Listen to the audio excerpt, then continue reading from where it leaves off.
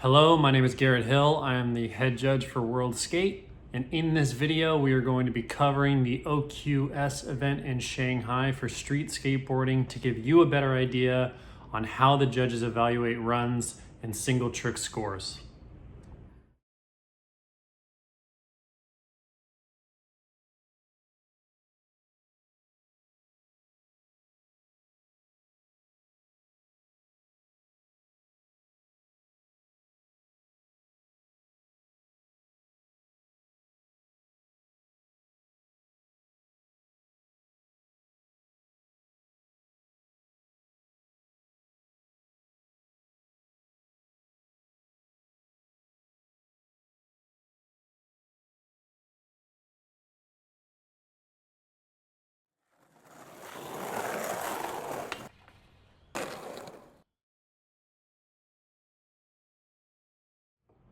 As always, we're going to start with the prelims for the men's section.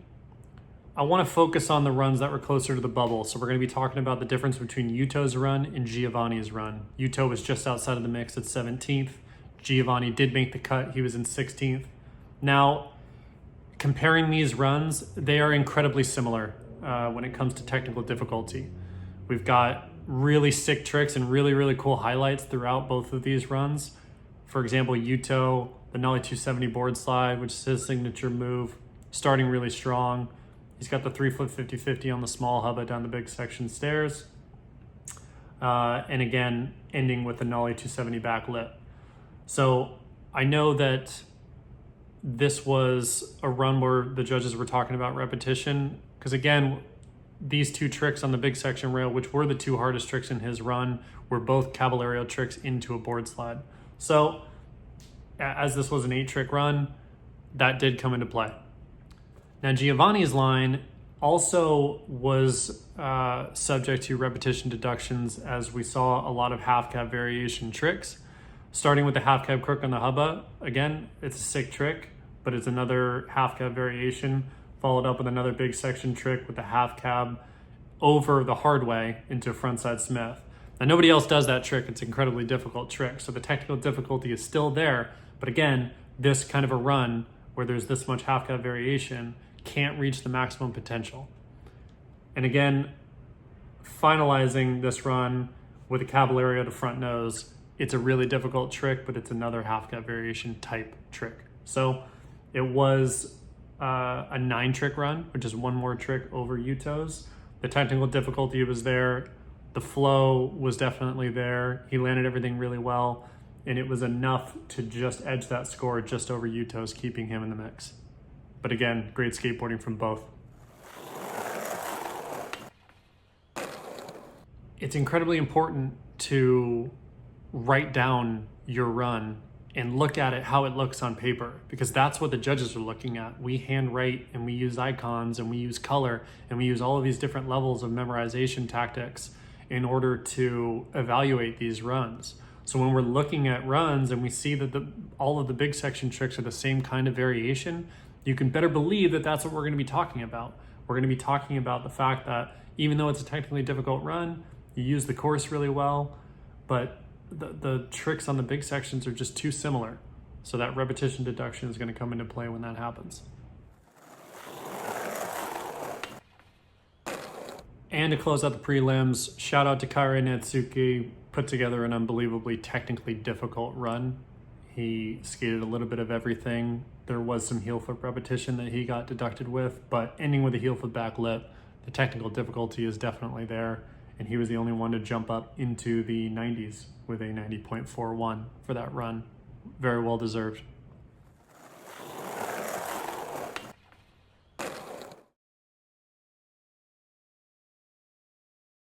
Moving into the semifinals rounds for men, we're going to focus on these two runs that are near the bubble and show the impact of repetition and how that affects the overall score.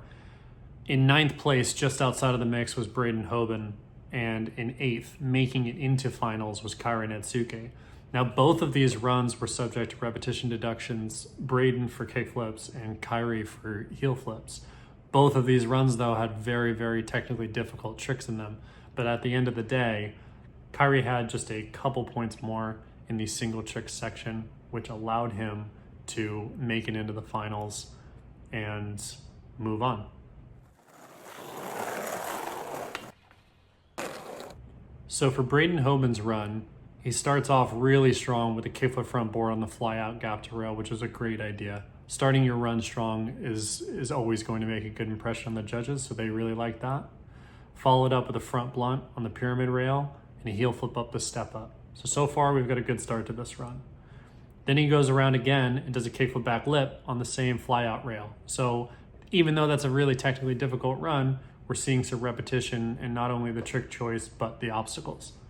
So following that up, he's got a back tail and then a front side tail slide, which is a cool little two-piece.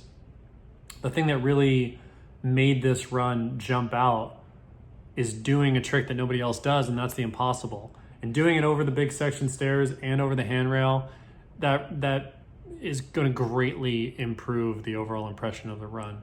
When you do a trick that nobody else is doing, you're really setting yourself out and really setting yourself out amongst the pack, which helps improve your score.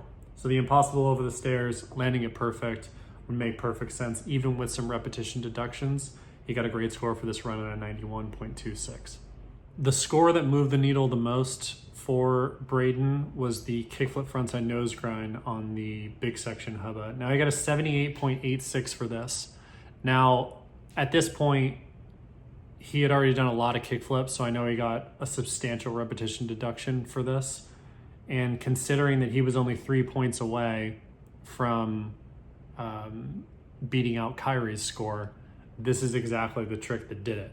If he would have picked another variation into this, whether that was heel flip or 360 flip or whatever, he wouldn't have been hit with that repetition deduction and he would have made it into the finals. That's how much the repetition comes into play. When we score to rank, that's exactly what we're taking into consideration. So please be very, very careful and cognizant of how much you are utilizing the same trick, because it really comes back to bite you later on in the competition.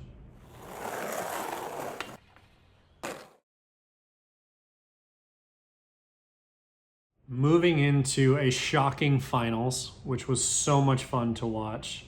We've got Chris Joslin third place, which, like, shout out to Joslin. He skated incredibly well. The risk that he took with the flip tricks and everything that he did down the stair set was really a great choice and a great strategy, because that got him in that third spot. So congratulations to Chris for skating so well. Moving on to our second place rider, we've got Jin Woo.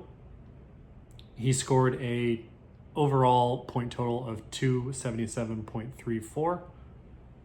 Even though there was a substantial repetition deduction, Jin Woo still had an incredible run score. He had a 92.81.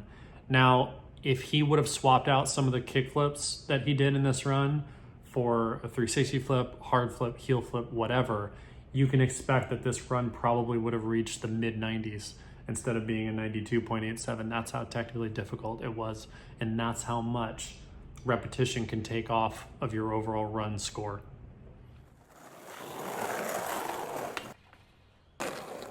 Putting the repetition into play and how that translates into the single trick section, especially for Jin Woo, he did a front blunt big flip out on the big rail, an absolutely insane trick, and got a 93.07, and also did a fly out front blunt backside flip out and got a 91.46. Both of those tricks are bonkers. Those are bananas single tricks to do. Unfortunately, Jin Woo had already exhausted the amount of kickflips he's done in his run, and we did have to take points off. We didn't want to, but we did because of the repetition. It's too many kickflips. He could have gotten probably 3 or maybe even 4 points more for these tricks for not doing as many kickflips. So props to Jin Woo for doing these tricks, absolutely. It's unfortunate that we had to give the repetition deductions, but again, incredible skateboarding from him. And zooming in on our first place winner in this competition, very well deserved first place going to Jagger Eaton, coming in with an 11 trick run. Now this comes back to my point about how important it is to utilize the quarter pipe tricks. In Jagger's run, He hit the quarter pipe tricks. He hit it 4 times. He hit the quarter pipes and didn't just do rock fakies or 50-50 stalls. These are substantial tricks. Doing a backside nose blunt stall, pop in, blunt kickflip out into the switch over crook was an unbelievable 2-piece. If you can do a substantial quarter pipe trick and then immediately string that into a big section trick, like something as difficult as a switch over crook, that's incredible. Great strategy, unbelievable skateboarding. Coming in the low 90s with a 92.55 for this run. Very well earned. Using those quarter pipes really heightened the overall impression for this run. And if you have technical difficulty there as well, which he did, what else could we ask for? I like the single tricks that Jagger did in this section because he didn't get hit with any repetition deductions. And that is exactly what put him on the top of the podium. He did a switch backside nose blunt on the yellow hubba, and the judges absolutely loved this because how difficult it is to do a switch backside nose blunt on this and ollie over that lower hubba made it so much more difficult. It made every trick that everybody did on that so much more difficult, especially switch tricks and something like a switch backside nose blunt where you have to carry that trick for so long before you even set it into the hubba. So that was a great choice for that. Got hooked up big time for that.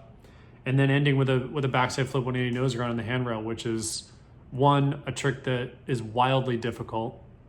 No one else is doing that trick. And he got no repetition deductions for this. And he got no repetition deductions for this for his run score either. So being only a point away, it should make the riders think, I need to skate like this. And I need to I need to do whatever I can to avoid repetition deductions.